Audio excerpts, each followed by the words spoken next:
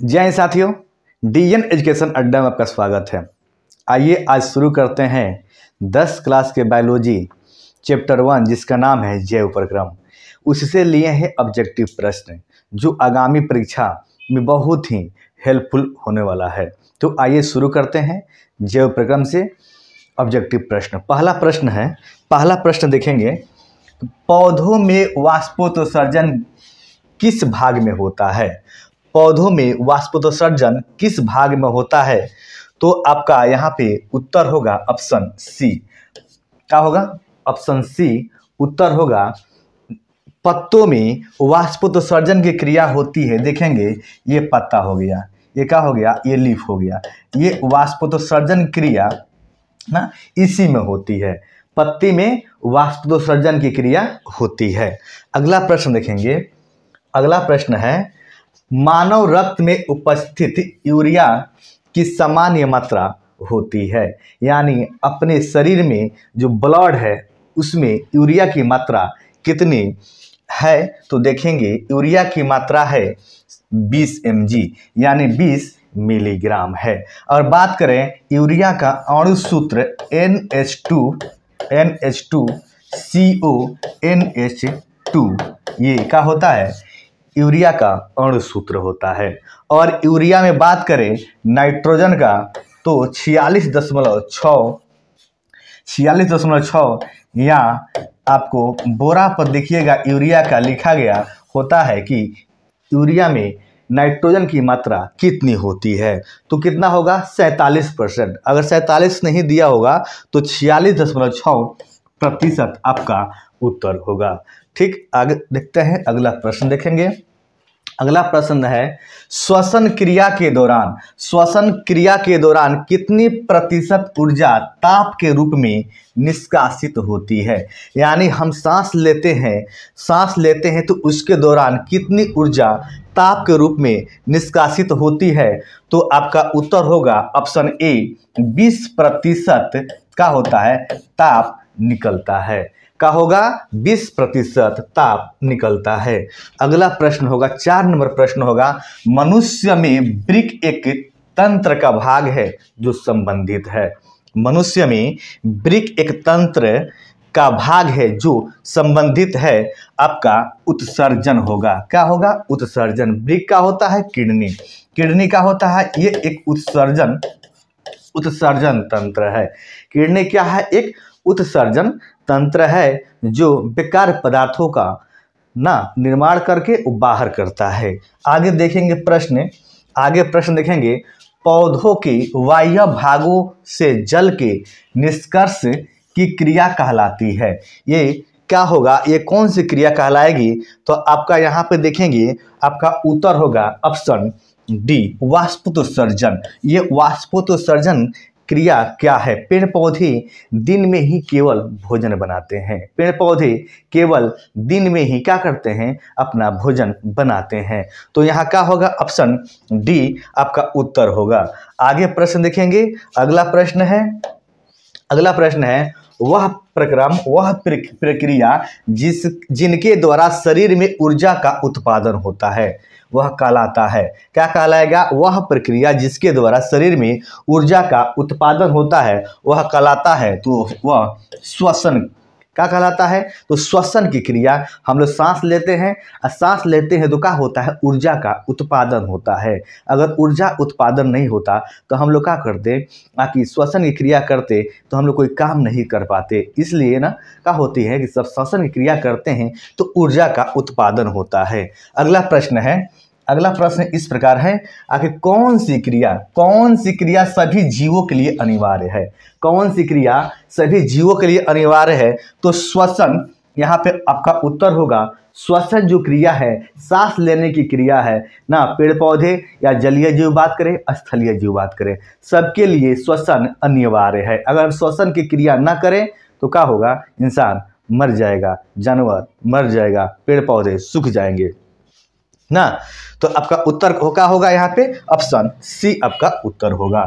आगे प्रश्न देखेंगे, मैग्नीशियम पाया जाता है। क्या है? मैग्नीशियम पाया जाता है। ये क्या है? मैग्नीशियम कहाँ पाए जाते हैं तो देखेंगे मैग्नीशियम क्लोरोफिल में। यानी बीपीएससी में भी यह प्रश्न पूछा हुआ है, बीपीएससी रेलवे में अनेकों बार पूछा हुआ है कि हरे पेड़ पौधे में कौन सी धातु पाई जाती है। तो हरे पेड़ पौधों में मैग्नीशियम धातु पाई जाती है। और बात करें ना, पालक में आयरन पाई जाती है, पालक में लोहा पाई जाती है। यहाँ पे बात करें ना, द क्लोरोफिल ना, मैग्नीशियम पाया जाता है कहाँ पे, तो क्लोरोफिल आपका उत्तर का होगा यहाँ पे क्लोरोफिल। आगे देखेंगे प्रश्न, मानव हृदय में पाए जाते हैं। मानव हृदय में यानी कितने विश्व में पाए जाते हैं, तो आपका उत्तर होगा 4 विश्व पाए जाते हैं। मानव हृदय में कितने विश्व, तो 4 विश्व पाए जाते हैं। अगला प्रश्न है, प्रकाश संश्लेषण द्वारा किसकी प्राप्ति होती है। प्रकाश संश्लेषण द्वारा किसकी प्राप्ति होती है, तो ग्लूकोज का प्राप्ति होती है। जब पेड़ पौधे प्रकाश संश्लेषण की क्रिया करते हैं तो उसके दौरान ग्लूकोज का निर्माण होता है और उनके द्वारा ये ऊर्जा प्राप्त करके अपने श्वसन एवं दिनचर्या को अपनी सब पूरा करते हैं। अगर बात करें ना, तो ग्लूकोज का अणुसूत्र होता है C6, ग्लूकोज का अणुसूत्र होता है C6H12O6 होता है। ये क्या होता है, ग्लूकोज का ये सूत्र हो गया। अगर चीनी की बात करें, C12H22 और O11, ये क्या होता है, तो चीनी का ये क्या होता है, तो चीनी का होता है अणुसूत्र होता है। ये क्या है, तो चीनी का अणुसूत्र होता है। बात करें तो ताजी जो ताड़ी होती है ना, ताड़ी जो होती है वो ग्लूकोज जितना ऊर्जा देता है। जो ताड़ी होता है, जो सूर्योदय से पहले अगर हम ताड़ी पीते हैं, तो क्या होगा, ऊर्जा जो देगा वो ग्लूकोज के बराबर ऊर्जा देगा। मात्रा ध्यान रहे, मात्रा कम होनी चाहिए। आगे प्रश्न देखेंगे। अगला प्रश्न है, कोशिका झिल्ली किस प्रकार की झिल्ली है।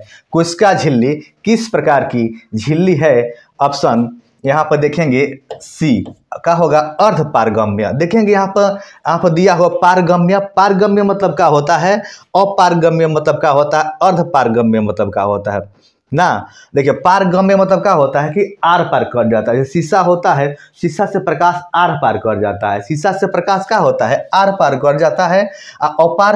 अपारगम्य मतलब क्या होता है, कोई वस्तु है ना, जैसे दर्पण है, दर्पण की कोई वस्तु चाहे प्रकाश ही क्या होता है, पार नहीं कर पाता है ना, उसको क्या बोलते हैं, अपारगम्य। अर्धपारगम्य मतलब क्या, हल्का हल्का सा प्रकाश पार करता है। तो यहाँ पे देखेंगे ना, यहाँ पे बात किया है कोशिका, तो अपने शरीर में कोशिका है ना, जो पदार्थ होते हैं ना, तो पारगम्य मतलब क्या होता है, जो आर पार नहीं करता है।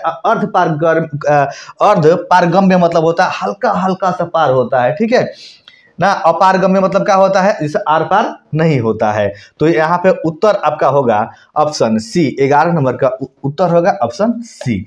अब बात करें दही जमने में निम्नलिखित में से कौन सी क्रिया होती है, तो ऑप्शन आपका होगा उत्तर सी, किण्वन क्रिया होती है। देखेंगे दही जमता है ना, दही जमता है तो ये रासायनिक क्रिया होती है। क्रियाएं कितनी होती है, दो, एक भौतिक क्रियाएं होती है, एक रासायनिक क्रियाएं होती है। तो भौतिक क्रियाएं में होती हैं जो भौतिक परिवर्तन होता है, जो कुछ क्षणिक में होता है और फिर क्या होता है, पुनः वह उसी रूप में आ जाता है। लेकिन रासायनिक जो परिवर्तन होता है ना, रासायनिक परिवर्तन होता है वह हमेशा के लिए क्या होता है, अपने रंग रूप आकार बदल जाता है। जैसे दूध से दही बन गया, जैसे दूध से दही बन गया तो क्या दूध, फिर हम दही से क्या दूध बना सकते हैं, जी नहीं, बिल्कुल नहीं बना सकते हैं ना। जिस तरह कोई वस्तु जल गया, पेट में भोजन पच गया, तो क्या जो भोजन पच करके अगर लेट्रिन बन गया तो क्या उससे हम रोटी बना खा सकते हैं, बिल्कुल नहीं, ऐसा नहीं। भोजन पच गया तो क्या है, यहाँ पे रासायनिक ये अभिक्रिया है। तो यहाँ पे देखेंगे अगला प्रश्न है, जीवन की उपापचयी क्रियाओं के संचालन के लिए निम्नलिखित में से कौन आवश्यक है। जीवन की उपापचयी क्रियाओं के संचालन के लिए निम्नलिखित में से कौन सा आवश्यक है। देखेंगे इसमें निरंतर ऊर्जा की आपूर्ति, यानी हमको हमेशा ऊर्जा चाहिए ही चाहिए, बिना ऊर्जा के हम काम नहीं कर सकते। जैसे मान लीजिए हम ही बोल रहे हैं, मेरा गला का है सूख रहा है धीरे धीरे, तो क्या हमें ऊर्जा की आवश्यकता है ना, ऊर्जा की आवश्यकता है। जब जल पिएंगे, पानी ग्रहण करेंगे तो हमें क्या होगी, ऊर्जा मिलेगी। अब बात करें तो शरीर में वृद्धि भी चाहिए। अगर मान लीजिए हम खा रहे हैं, पी रहे हैं, तो शरीर में वृद्धि भी होगा और उसी तरह टूटे फूटे ऊतकों की मरम्मत, यानी अपने शरीर में क्या होते हैं, कोशिका होते हैं, उसके बाद ऊतक होते हैं, कोशिकाओं समूह को क्या बोलते हैं, ऊतक कहते हैं। तो ये सबके सबका होगा ऑप्शन डी आपका यहाँ पे उत्तर होगा, जबकि यहाँ पे ए बी सी तीनों के तीनों सही है, यानी ऑप्शन डी आपका उत्तर होगा। आगे देखेंगे, प्रश्न देखेंगे। अगला प्रश्न है, मानव में डायलिसिस थैली है, मानव में डायलिसिस थैली है, यहाँ पे देखेंगे आपका उत्तर होगा नेफ्रॉन। क्या होगा आपका उत्तर, नेफ्रॉन होगा। आगे प्रश्न देखेंगे, आपका आगे प्रश्न है, मत्स्य का मुख्य श्वसन अंग है। मत्स्य मतलब क्या है, मछली। मछली का मुख्य श्वसन अंग है वह कौन सा है, तो गिल्स होता है। देखेंगे ना आके जलीय जीव और स्थलीय जीव। जलीय जीव का होता है, जलीय जीव होता है जल में रहते हैं। तो देखेंगे यहाँ पे ये जल में H2O ना, और देखिएंगे ये जलीय जीव है, ये क्या है, जलीय जीव है। ये क्या होंगे, स्थलीय जीव। यानी स्थलीय जीव दोनों श्वसन की क्रियाएं कर रहे हैं, यहाँ समझेंगे बात को, है ना। यहाँ स्थलीय जीव है, यहाँ जलीय जीव है।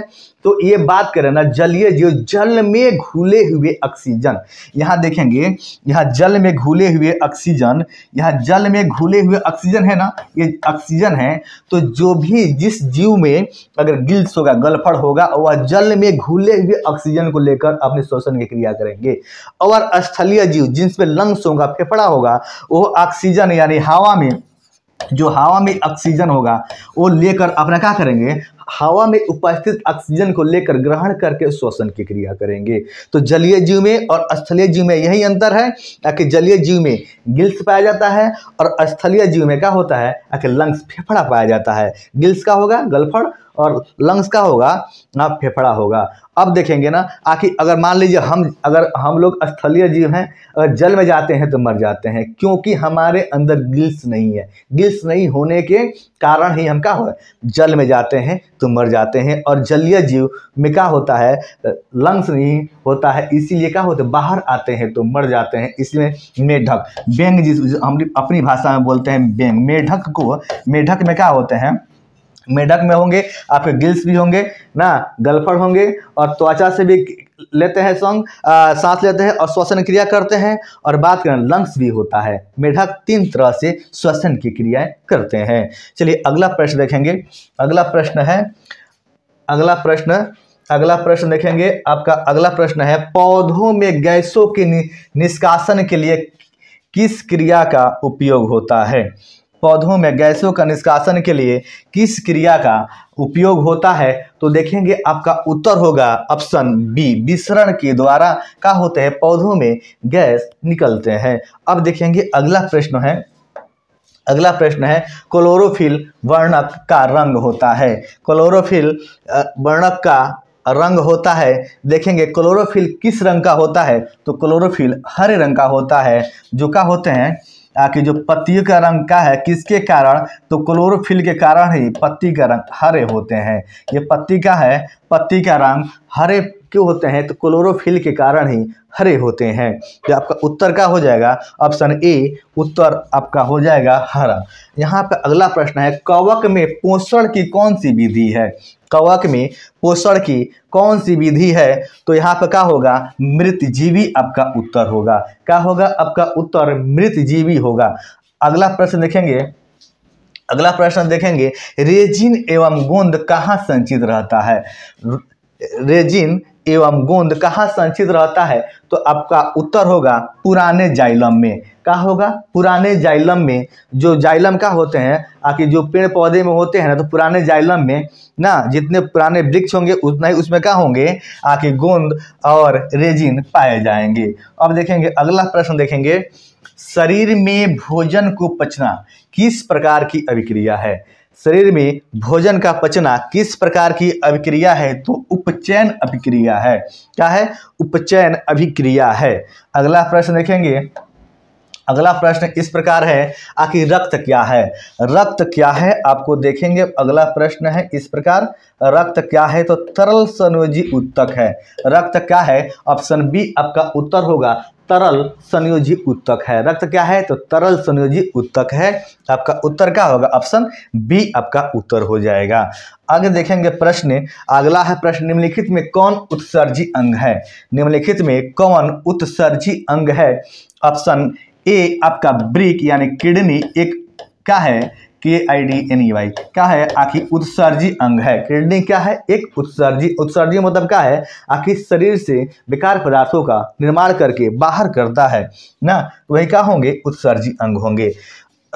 रक्षी कोशिकाएं पाई जाती हैं। रक्षी कोशिकाएं पाई जाती हैं कहाँ? जड़ में, पत्तियों में, फूलों में, फलों में। आपका उत्तर होगा पत्तियों में रक्षी कोशिकाएं पाई जाएंगी। कहाँ? ऑप्शन बी आपका उत्तर होगा पत्तियों में आपका उत्तर होगा।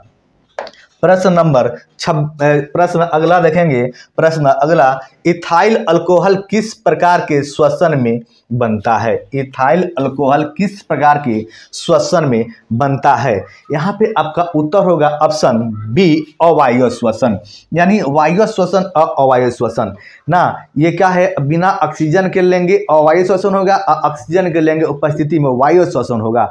तो आपका उत्तर यहाँ पे क्या होगा? अवायवीय श्वसन आपका उत्तर होगा। अगला प्रश्न देखेंगे हम। अगला प्रश्न इस प्रकार है, मनुष्य के सांस लेने और छोड़ने क्रिया क्या कहते हैं? मनुष्य के सांस लेने और छोड़ने क्रिया क्या कहते हैं? श्वासोच्छ्वास। देखेंगे मनुष्य एक मिनट में 14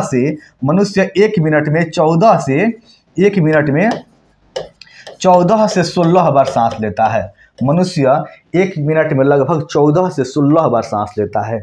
और एक बार सांस लेने और छोड़ने में समय कितना लगता है? तो लगभग 5 सेकंड का समय लगता है।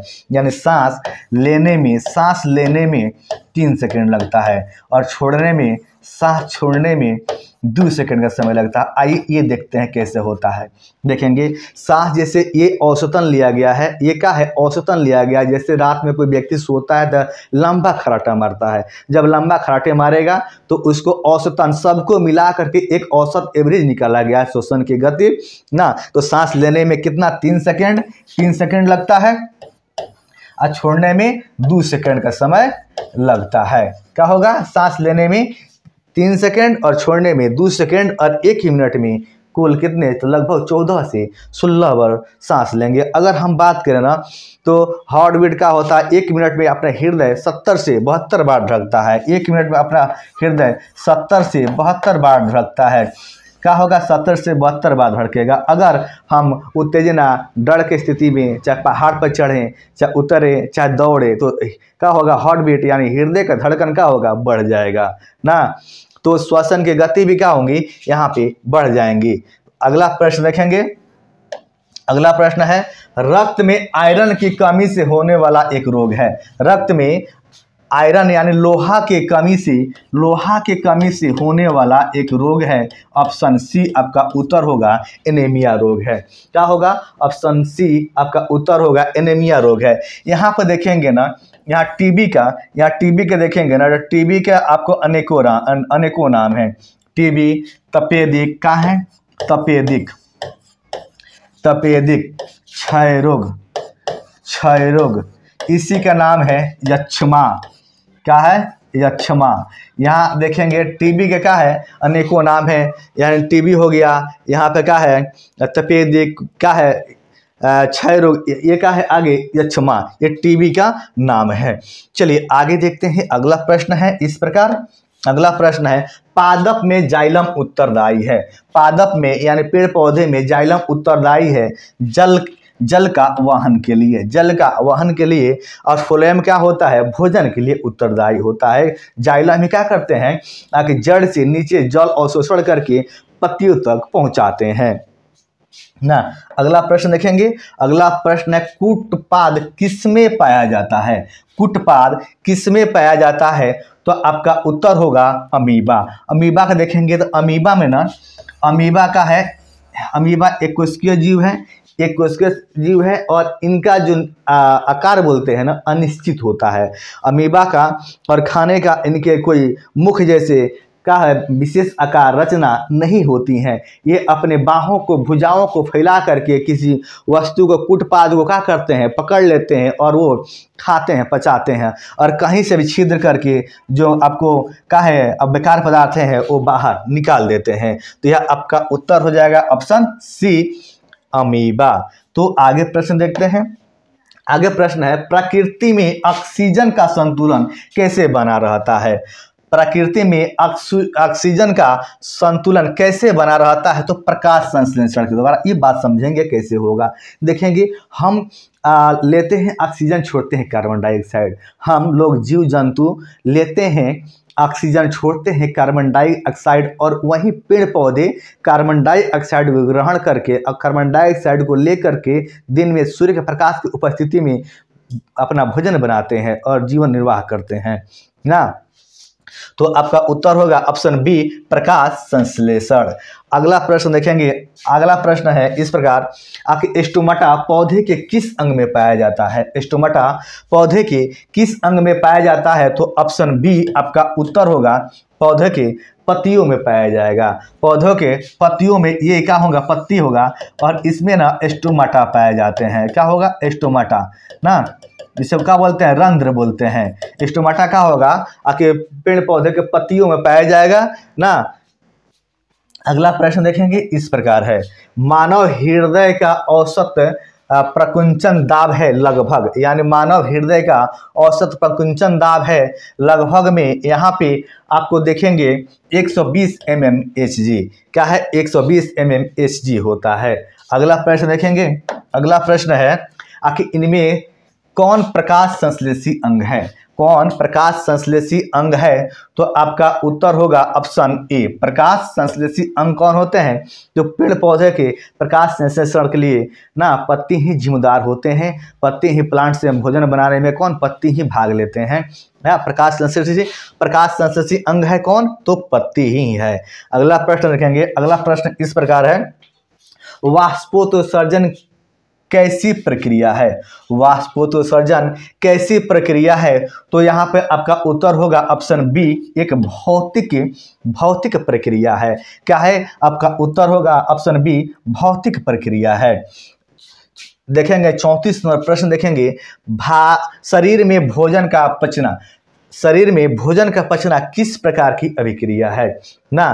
तो ऑक्सीकरण क्या है, ऑक्सीकरण अभिक्रिया है, और ये बात करना तो रासायनिक अभिक्रिया होती है। अभी आपको बतलाएं, क्या पेट में भोजन पच गया ना, तो क्या इसे फिर हम बना सकते हैं बाहर आने के बाद? जी नहीं बना सकते हैं। और सबसे पहले शरीर में भोजन पचना कहाँ से शुरू होता है? तो मुंह से ना, मुंह से भोजन पचना शुरू होता है। यानी इतना बड़ा बड़ा रोटी डाले, चावल डाले, कुछ भी डाले, उसको लेकर दांत से हम क्या करते हैं, उसको तोड़ते फूटते काटते हैं, और लार के माध्यम से लार में मिलता है, उसके बाद अंदर जाता है। तो भोजन पचना कहाँ से शुरू हो गया? आपको मुंह से शुरू हुआ। अब अंतिम रूप से जो छोटी आंत में भोजन, छोटी आंत में यहाँ सब क्रियाएं होती हुई आएगी, और अंतिम रूप से छोटी आंत में पचती और रेक्टम के द्वारा बाहर निकल जाती है। तो यहाँ पर ऑप्शन होगा ऑप्शन बी, उत्तर आपका परफेक्ट होगा। अगला प्रश्न देखेंगे। 35 नंबर प्रश्न होगा, स्वपोषी पोषण के लिए आवश्यक है। स्वपोषी पोषण के लिए आवश्यक है, आपका उत्तर होगा ऑप्शन, यहाँ पर देखेंगे, देख लेंगे फिर से एक बार, स्वपोषी पोषण के लिए आवश्यक है ना। तो क्लोरोफिल, ठीक है, स्वपोषी यानी स्वयं अपना भोजन बनाते हैं। तो क्लोरोफिल जो पेड़ स्वयं भोजन कौन बनाते हैं? पेड़ पौधे बनाते हैं ना। अब देखेंगे ना, आके यहाँ पे क्लोरोफिल चाहिए ही चाहिए। अब बात करें, कार्बन डाइऑक्साइड चाहिए ही चाहिए, जल भी चाहिए, और सूर्य का प्रकाश। इन्हीं चारों के उपस्थिति में इन्हीं चारों को एक, और ये कार्बन डाइऑक्साइड 2, और ये क्या हो गए 3, ये क्या हो गया 4 ना। आखिर पेड़ पौधे क्या करते हैं, कार्बन डाइऑक्साइड वायुमंडल से ग्रहण करके, और जल क्या करते हैं, नीचे से ग्रहण करते हैं, और क्लोरोफिल की उपस्थिति में सूर्य प्रकाश जब मिलता है तो अपना पेड़ पौधे क्या होते हैं, भोजन बनाते हैं ना। यानी ऑप्शन डी आपका उत्तर हो जाएगा। क्या होगा आपका डी आपका उत्तर हो जाएगा। आगे देखते हैं, अगला प्रश्न है, पायरुवेट के विखंडन से यह कार्बन डाइऑक्साइड जल तथा ऊर्जा देते हैं।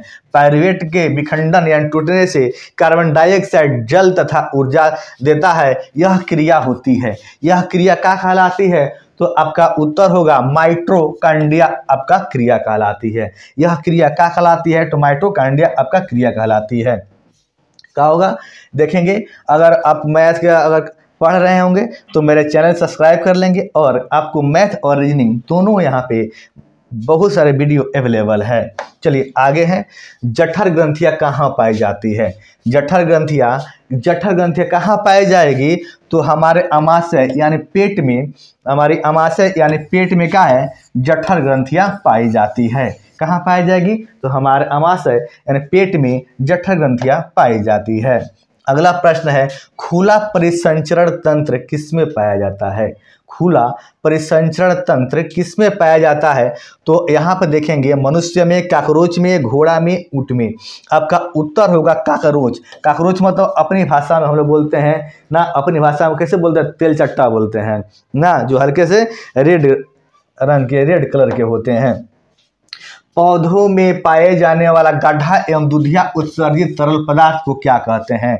यानी पौधे में पाया जाने वाला गाढ़ा एवं दूधिया उत्सर्जित तरल पदार्थ को क्या कहते हैं? तो लैक्टेक्स कहते हैं। क्या कहते हैं? तो लैक्टेक्स कहते हैं ना। अब आगे प्रश्न देखेंगे, अगला प्रश्न है, यूरिया रक्त में कहाँ प्रवेश करती है? यूरिया रक्त में कहाँ प्रवेश करती है? तो यूरिया रक्त में आपको यकृत से प्रवेश करती है। यकृत मतलब क्या होगा? लीवर से प्रवेश करती है। लीवर से क्या होगा? लीवर से प्रवेश करती है। अगला प्रश्न है, प्रकाश संश्लेषण होता है। प्रकाश संश्लेषण यानी पेड़ पौधे अपना भोजन कब बनाते हैं? तो पेड़ पौधे केवल दिन में ही अपना भोजन बनाते हैं, सूर्य के प्रकाश के उपस्थिति में। अगला प्रश्न है, पादप में फ्लोएम संवाहक होता है। पादप में, पेड़ पौधे में फ्लोएम संवाहक होता है। यहाँ पर देखेंगे, आपका भोजन में फ्लोएम का होता है और जाइलम का होता है। जाइलम होता है जल के लिए संवाहक होता है, और यहाँ बात करें ना, फ्लोएम ना भोजन के लिए उत्तरदायी होते हैं। अगला प्रश्न इस प्रकार है, प्रकाश संश्लेषण क्रिया में ऑक्सीजन बाहर निकलता है। प्रकाश संश्लेषण प्रक्रिया में ऑक्सीजन बाहर निकलता है, किससे? तो जल से। प्रकाश संश्लेषण क्रिया में क्या होता है? ऑक्सीजन कहाँ से निकलता है? तो जल से निकलता है, और जड़ का होते हैं, जल अवशोषण करते हैं, अवशोषित करते हैं, और वो कहाँ? पत्तियों तक पहुँचाते हैं, और जल से ही क्या होता है? ऑक्सीजन बाहर निकलता है। अगला प्रश्न है, रक्त में हल्के पीले रंग के चिपचिपे द्रव को क्या कहते हैं? रक्त में हल्के पीले रंग के चिपचिपे द्रव को क्या कहते हैं? तो प्लाज्मा कहते हैं। क्या कहते हैं? तो प्लाज्मा कहते हैं। अब देखेंगे, यहाँ पे दिया है सीरम, और सीरम का होता है। क्या होता है? सीरम का होता है। तो सीरम देखेंगे, आखिर जो ब्लड जब निकलता है ना, तो उसमें से ना सीरम जो होता है निकलता है। जब ब्लड चेक कराएंगे तो क्या होगा? सीरम निकलेगा। और सीबम, देखिए सीबम का होता है, जब हम सो के, जब रात में सोए, अच्छा दिन में सोए, कभी सोए, तो नाकी में देखिए, नाक के पास ना, यहाँ पे मुंह पे ना, इतने दूर जो पसीना निकलता है ना, ऐसे देखेंगे तो देखेंगे तैलीय पदार्थ निकलता है। यहाँ से क्या है? तैलीय पदार्थ निकलेगा, उसी को बोलते हैं सीबम। उसे क्या बोलते हैं? सीबम। तो सीरम और सीबम दोनों दो गो होता है। चलिए आगे प्रश्न देखेंगे। अगला प्रश्न है, आखिर प्रकाश संश्लेषी अंगक है। प्रकाश संश्लेषी अंगक है, आपका उत्तर होगा हरित लवक। देखिए, अंग और अंगक का होता है। अंग मतलब होता है ना, जैसे पत्ती हो गया ना, ये क्या हो गए? देखेंगे, ध्यान से समझेंगे, ये पत्ती हो गया, ये अंग हो गए। ये क्या होते हैं? प्रकाश संश्लेषण में ये भाग ले रहे हैं। और अंगक मतलब क्या है? इसके अंदर में जो भाग ले रहा है, स्टोमाटा ना, अंदर में जो रंध्र भाग ले रहा है ना, उसी को क्या बोलते हैं? हरित लवक। यानी वो क्रियाएं होती है ना, वही हरित लवक होती है, अंगक कहते हैं उसी को ना, जो अंदर जो क्रिया भाग लेती है ना। ये पत्ती तो है आपको बस ये अंग हो गया, लेकिन उसके अंदर जो भी भाग लेते हैं ना, अंग सिस्टम जो भाग लेते हैं उसी को अंगक बोला जाता है। तो आपका उत्तर होगा ऑप्शन बी, हरित लवक। आगे प्रश्न देखते हैं। अगला प्रश्न है इस प्रकार, ब्रिक में संरचनात्मक एवं क्रियात्मक इकाई को क्या कहते हैं? क्या कहते हैं? ब्रिक के संरचनात्मक एवं क्रियात्मक इकाई को क्या कहते हैं? तो नेफ्रॉन कहते हैं। क्या कहते हैं? तो नेफ्रॉन कहते हैं। अगला प्रश्न है 47 नंबर देखेंगे। मनुष्य के शरीर की सबसे बड़ी ग्रंथि है। मनुष्य के शरीर की सबसे बड़ी ग्रंथि है तो लीवर। लीवर क्या है? यकृत शरीर की सबसे बड़ी ग्रंथि है। आगे प्रश्न देखेंगे। अगला प्रश्न है आके स्वपोषी पोषण के लिए आवश्यक नहीं है। स्वपोषी पोषण के लिए आवश्यक नहीं है। क्या नहीं है? तो ऑक्सीजन आवश्यक नहीं है। क्यों नहीं है? तो आप जानते हैं आखिर पेड़ पौधे ना स्वपोषी कौन होते हैं? जो स्वयं अपना भोजन बनाते हैं। तो पेड़ पौधे अपना भोजन बनाते हैं तो उनके लिए क्या क्या चाहिए? आपको देखेंगे CO2 चाहिए, सूर्य का प्रकाश चाहिए, और आपको जल चाहिए, और आपको क्लोरोफिल चाहिए। क्या चाहिए? तो क्लोरोफिल चाहिए। यही 4 गो चाहिए अपना कच्चा पदार्थ जो पेड़ पौधे अपना भोजन बनाते हैं। क्या इसमें ऑक्सीजन कहीं आया? जी नहीं, ऑक्सीजन कहीं नहीं आया। तो आपका उत्तर क्या होगा यहाँ पे ना? आपका उत्तर क्या होगा यहाँ पे? ऑप्शन ए, ऑक्सीजन आपका उत्तर हो जाएगा। आगे प्रश्न देखेंगे। अगला प्रश्न है, इनमें किसके द्वारा अमीबा में भोजन अंतर्ग्रहण होता है? इनमें किसके द्वारा अमीबा में भोजन अंतर्ग्रहण होता है? तो ऑप्शन ए, कुटपाद के द्वारा। अमीबा क्या होते हैं? अमीबा मान लीजिए यहाँ अमीबा का हम चित्र बना दिए, और यहाँ देखेंगे अपना भोजन देखेंगे तो ऐसे धीरे धीरे बढ़ के क्या करते हैं? अपने अंदर कर लेते हैं। अमीबा का आकार अनिश्चित होता है। ये अमीबा कहीं भी, अमीबा के अंदर कहीं भी एक जगह कहीं क्या होगा? अमीबा के अंदर कहीं भी एक जगह क्या होगा? आखिर केंद्रक होगा। क्या होगा? कहीं भी एक जगह केंद्रक होगा। केंद्रक भी क्या होता है? अनिश्चित होता है। जब उसका सिर्फ आकार ही अनिश्चित होगा तो केंद्रक भी अनिश्चित ही होगा, कहीं भी केंद्रक बन सकता है, रह सकता है। अगला प्रश्न है, पौधों में श्वसन क्रिया के अंतर्गत ADP के टूटने से कितनी ऊर्जा मुक्त होती है ना? तो 30.5 किलो जूल बाई मोल ऊर्जा मुक्त होती है। ऑप्शन ए आपका उत्तर हो जाएगा। आगे देखेंगे प्रश्न 51 नंबर, रक्त का थक्का बनाने में सहायक होता है। रक्त के थक्का बनाने में कौन सहायक होते हैं? तो रक्त बिम्बाणु सहायक होते हैं। विटामिन के भी सहायक होता है रक्त को थक्का बनाने में। यानी देखिए किसी व्यक्ति को कटता है तो खून अत्यधिक मात्रा में गिरता है, और किसी व्यक्ति को अगर कटता है जैसे पकड़ के दाब दे दिएगा तो क्या होगा? खून बहना बंद हो जाएगा, रुक जाएगा। तो आपका उत्तर क्या होगा यहाँ पे? ऑप्शन सी आपका उत्तर हो जाएगा। अगला प्रश्न है, पाचन क्रियाएं पूर्ण होती हैं। पाचन क्रियाएं क्या होती है? पूर्ण होती है। पाचन की क्रिया पूर्ण यानी कहाँ होगी? तो हम अभी बतलाएं आखिर जब शुरू कहाँ होती है? तो मुंह में होती है। अब शुरू कहाँ होती है? तो मुंह में होती है, और अंत कहाँ होती है? तो छोटी आंत में होती है, जो रेक्टम के द्वारा क्या होते हैं? बाहर भोजन पचकर निकल जाते हैं बाहर। आपका उत्तर क्या हो जाएगा? ऑप्शन सी, छोटी आंत में। यहाँ प्रश्न देखेंगे। अगला प्रश्न है, छोटी आंत की दीवार में पाई जाने वाली ग्रंथियों के स्राव को क्या कहते हैं? जो छोटी आंत के दीवार से जो ग्रंथियां जो निकलती है ना, बता क्या कहलाती है? तो यहाँ पर देखेंगे, यहाँ पे आंतरस और सकस और एंटेरिकस क्या होते हैं? ये ऑप्शन दोनों होंगे, यानी ऑप्शन डी आपका उत्तर होगा। ये दोनों पाए जाएंगे, यानी डी ऑप्शन डी में होगा ए और बी, यानी दोनों आपका उत्तर हो जाएगा। आगे प्रश्न देखेंगे, एक वयस्क मनुष्य के कितने दांत होते हैं? तो वयस्क मनुष्य के 32 दांत होते हैं। अब देखेंगे वयस्क मनुष्य में 32 दांत होते हैं। बच्चों में दांत देखिए जिसे बोलते हैं दूधा के दांत ना, दूध के दांत क्या होते हैं? 20 गो होता है, जो 10 से 12 वर्ष के अवस्था तक सभी दांत क्या होते हैं? गिर जाते हैं। और फिर उसके बाद जब दांत जमते हैं, टोटल कितने होते हैं? 32 दांत जम गए। तो 20 ये और 32 ये, टोटल दांत कितने हो गए? टोटल कितने हो गए?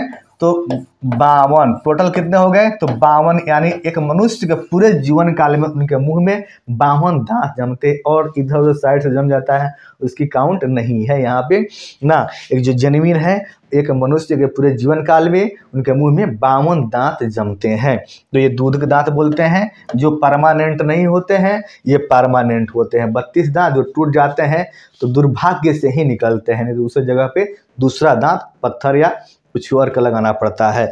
तो आपका उत्तर होगा ऑप्शन सी, 54 नंबर का आपका उत्तर हो जाएगा। आगे प्रश्न देखेंगे।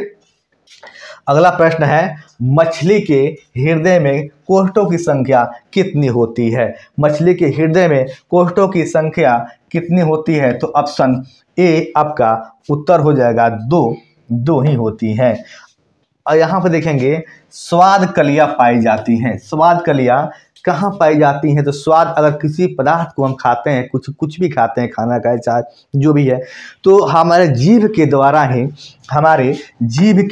ही क्या होते हैं, ये स्वाद कलियाँ मालूम चलती है। यहाँ पे अपने जीभ पर देखेंगे ना, छोटे छोटे क्या होते हैं, ऐसे आपको पदार्थ आपको दिख रहे हैं, जिसे बोलते हैं मूलांकुर बोलते हैं ना। यही स्वाद को क्या करते हैं, हमको मालूम चलता है। जीभ पर ना अनेकों प्रकार के स्वाद हम खाते हैं तो मालूम चलता है। तो यहाँ पे आपका उत्तर हो जाएगा, जीभ के ऊपरी सतह पर जो मूलांकुर होते हैं, जीभ के ऊपरी सतह पर ना, यहीं से स्वाद मालूम चलता है ना। अगला प्रश्न देखेंगे। अगला प्रश्न इस प्रकार है, अमाशय के अग्रभाग को क्या कहा जाता है? अमाशय यानी पेट के अग्रभाग को क्या कहा जाता है? तो यहाँ पे ऑप्शन सी आपका कार्डिएक कहा जाता है। ऑप्शन का हो जाएगा सी आपका उत्तर, कार्डिएक कहा जाएगा। यहाँ पर देखेंगे, मुख गुहा का पिछला भाग कहलाता है। मुख गुहा का पिछला भाग क्या कहलाता है? तो ग्रसनी कहलाता है। मुख के गुहा के पिछले भाग को क्या बोलते हैं? तो ग्रसनी बोला जाता है। ऑप्शन ए आपका उत्तर हो जाएगा। आगे प्रश्न देखेंगे ना, निम्नलिखित में कौन सजीव के मुख्य लक्षण है? निम्नलिखित में कौन सजीव के मुख्य लक्षण है? तो यहाँ पे देखेंगे ना, स्थानांतरण। स्थानांतरण, मान लीजिए हम जगह चेंज कर रहे हैं, ध्यान समझेंगे, इसमें कौन सजीव के यानी सजीव के लक्षण है? हम भी जिंदा है और पेड़ पौधे भी जिंदा है, वो भी श्वसन क्रिया कर रहे हैं और श्वसन की क्रिया हम भी कर रहे हैं। तो ये कैसे? स्थानांतरण मतलब क्या है? जगह चेंज करना। तो क्या पेड़ पौधे जगह चेंज करते हैं? जी नहीं, पेड़ पौधे जगह चेंज नहीं करते हैं। तो यहाँ पे ये क्या हो जाएगा? ऑप्शन ए गलत हो जाएगा। प्रकाश संश्लेषण बात करें क्या, हम लोग पेड़ पौधे के छोड़ करके जितने भी जीव हैं जो चल फिर सकते हैं, क्या प्रकाश संश्लेषण की क्रिया करते हैं? जी नहीं, प्रकाश संश्लेषण क्रिया नहीं करते हैं। देखेंगे, और प्रकाश संश्लेषण के एक और नहीं करता है, जो अमर बेल होता है। अमर बेल होता है, अमर बेल ये प्रकाश संश्लेषण की क्रिया नहीं करता है। और एक अपना भोजन कैसे ग्रहण करता है? तो किसी दूसरे पेड़ पौधे पर ये जा करके अपना खुद पूरा चारों ओर से छाप लेता है। छाप करके वहाँ पे जो मुलायम कली जहाँ से निकलती है ना, वहाँ पर छिद्र बना करके अपना क्या करते हैं? भोजन ग्रहण करते हैं। थोड़ा सा पानी पी ले थोड़ा सा।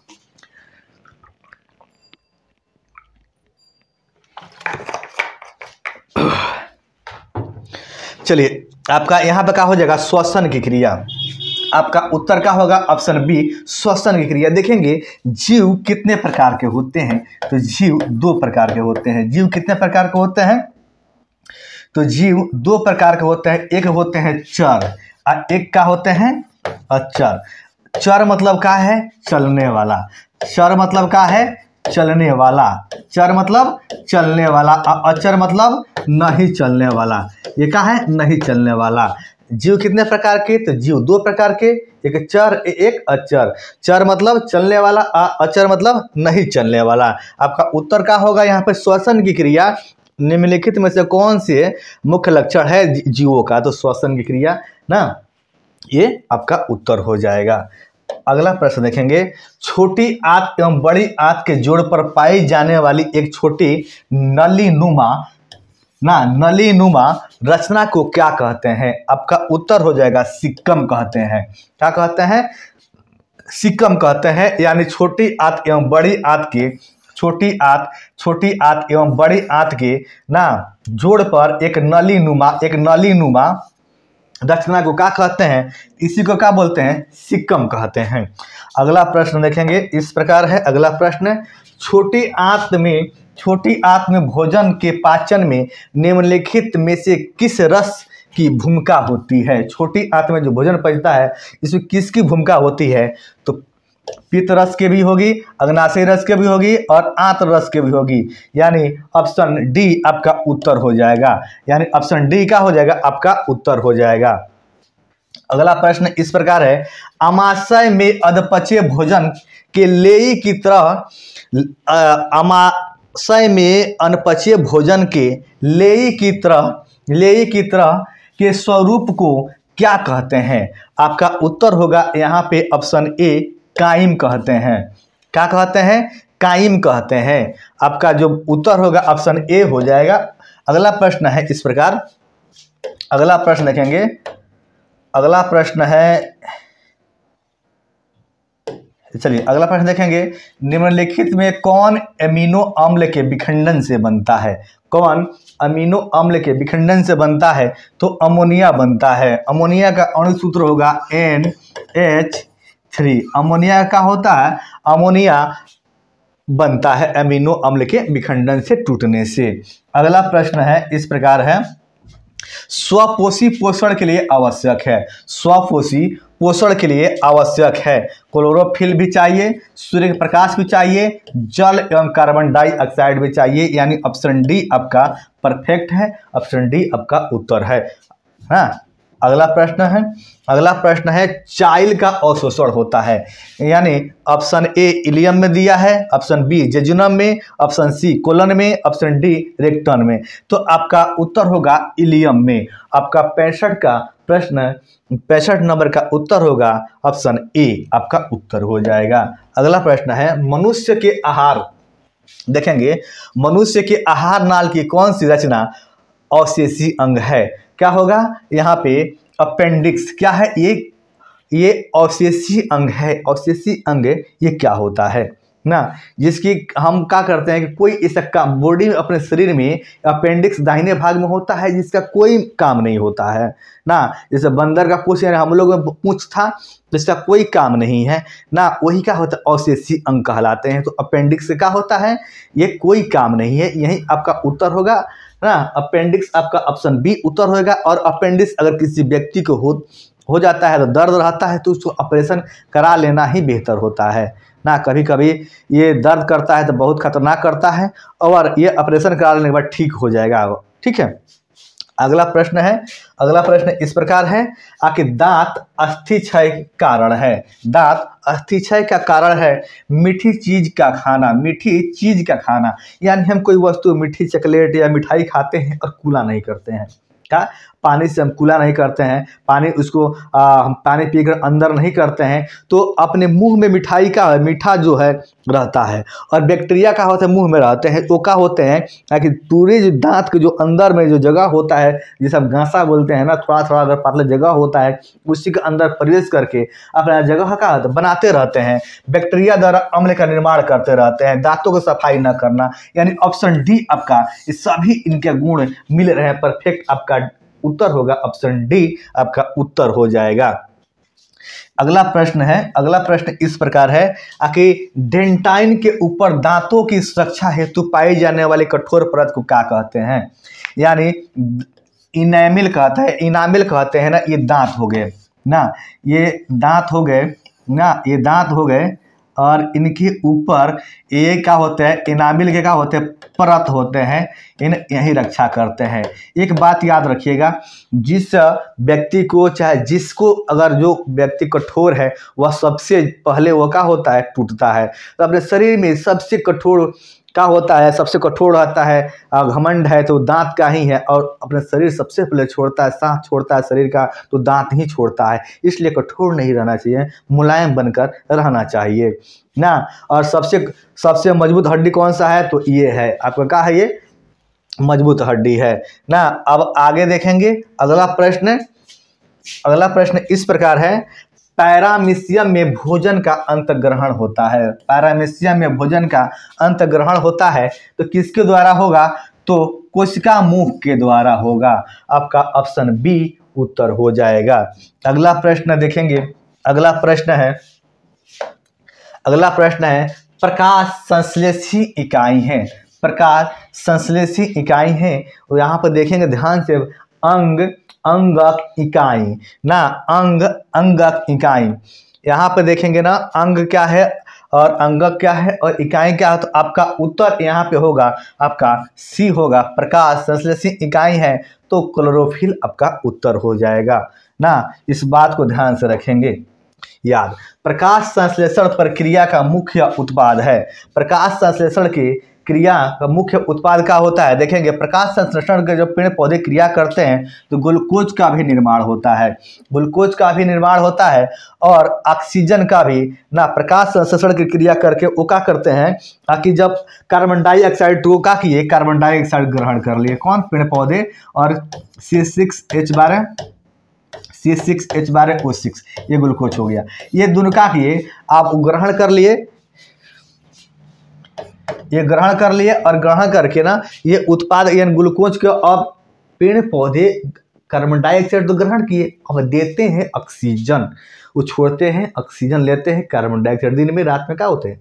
ऑक्सीजन छोड़ते हैं, दिन में लेते हैं आपको कार्बन डाइऑक्साइड, छोड़ते हैं ऑक्सीजन। यही क्या होता है आखि फिर दिक्कत होने लगता है। रात में छोड़ते हैं कार्बन डाइऑक्साइड और लेते हैं ऑक्सीजन। इसलिए पेड़ पौधे के पास, खास करके कटहल के पेड़ के पास नहीं सोना चाहिए। तो यहाँ पे आपका उत्तर ऑप्शन ए और बी दोनों हो जाएगा ना। खास करके ऑप्शन बी ही लगाइएगा तो कोई बात नहीं है, लेकिन यहाँ पर उत्तर आपका दोनों हो जाएगा।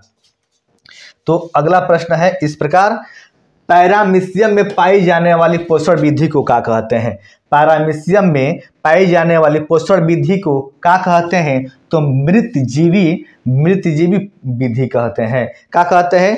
तो मृतजीवी विधि कहते हैं। अगला प्रश्न है, निम्नलिखित में किसे प्रकाश संश्लेषी अंग कहते हैं? निम्नलिखित में किसे प्रकाश संश्लेषी अंगक कहते हैं? तो हरित लवक को प्रकाश संश्लेषी अंगक कहते हैं।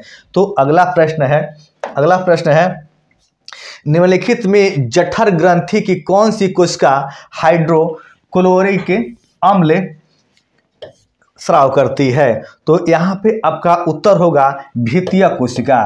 क्या होगा आपका? ऑप्शन ए भीतीय कोशिका आपका उत्तर होगा। अगला प्रश्न है आपका, मनुष्य के मुख गुहा में कितने जोड़े लाल ग्रंथियां पाई जाती हैं? तो मनुष्य के मुख गुहा में 3 जोड़े लाल ग्रंथियां पाई जाएगी। अगला प्रश्न इस प्रकार है, इनमें कौन सी रचना द्वारा अमीबा में भोजन का अंतर्ग्रहण होता है? इसमें किसके द्वारा अमीबा में भोजन का अंतर्ग्रहण होता है? तो कुटपाद के द्वारा अमीबा में भोजन का अंतर्ग्रहण होता है। अमीबा का याद रखेंगे, अमीबा, पैरामीशियम, इग्लिना यीस्ट, ये क्या है? एक कोशिकीय जीव है ना। अमीबा का क्या होता है? अमीबा का आकार क्या होता है? अनिश्चित होता है। देखेंगे अगला 77 नंबर प्रश्न देखेंगे, पेप्टाइड्स को निम्नलिखित में किस रूप में तोड़ता है? तो आपका उत्तर होगा ऑप्शन ए एमिनो अम्ल के रूप में तोड़ता है। अगला प्रश्न है, कोशिका के किस भाग में सजीवों के सारे गुण विद्यमान रहते हैं? कोशिका के किस भाग में सजीवों के सारे गुण विद्यमान यानी उपस्थित रहते हैं? तो जीव द्रव्य में सारे गुण विद्यमान यानी उपस्थित रहते हैं। अगला प्रश्न है, निम्नलिखित में किस छिद्र द्वारा ग्रसनी ग्रास नली से जुड़ी हुई होती है? किस छिद्र के द्वारा ग्रसनी ग्रास नली से जुड़ी हुई होती हैं? ये बहुत ही मस्ट इम्पोर्टेंट क्वेश्चन है। निगल द्वार के द्वारा ना जुड़ी हुई होती हैं। अगला प्रश्न है अमीबा का मुख्य भोजन क्या है? अमीबा का मुख्य भोजन क्या है? तो देखेंगे शैवाल के टुकड़े, डाइटम एवं एकोस्कीय जीव, बैक्टीरिया, यानी इनमें से क्या होगा? सभी हो जाएंगे। ऑप्शन डी आपका उत्तर हो जाएगा। अगला अगला प्रश्न इस प्रकार है, ग्रहणी भाग है। ग्रहणी भाग है, देखेंगे मुख गुहा का, अमाशय का, छोटी आंत का, बड़ी आंत का। तो आपका उत्तर होगा ऑप्शन सी का, आपका उत्तर हो जाएगा छोटी आंत। छोटी आंत का क्या है, ग्रहणी एक भाग है। आपका उत्तर हो जाएगा ऑप्शन सी। और लास्ट क्वेश्चन होगा 82 नंबर क्वेश्चन, इस चैप्टर का अंतिम क्वेश्चन होगा, वह विधि जिसमें जीव पोषक तत्वों को ग्रहण करके उनका उपयोग अपने वृद्धि एवं जनन के लिए करते हैं, उन्हें क्या कहते हैं। क्वेश्चन फिर से समझेंगे। आखिर वैसी विधि जिसके द्वारा पोषक तत्वों के ग्रहण करके, यानी जीव जंतु ना पोषक तत्वों को ग्रहण करके और उनका उपयोग करते हैं अपने जनन के लिए और वृद्धि के लिए, उन्हें क्या कहा जाता है। तो आपको कहा जाएगा, तो पोषण आपका उत्तर होगा, पोषण कहा जाएगा। तो अब इस तरह कुल 82 क्वेश्चन हुए। अगर मेरा प्रयास आपको अच्छा लगे तो अपने दोस्तों के साथ ये क्वेश्चन भेजिएगा और मेरे चैनल को सब्सक्राइब कर लीजिएगा नए होंगे, और शेयर जरूर करिएगा वीडियो को। धन्यवाद। चलो काटा।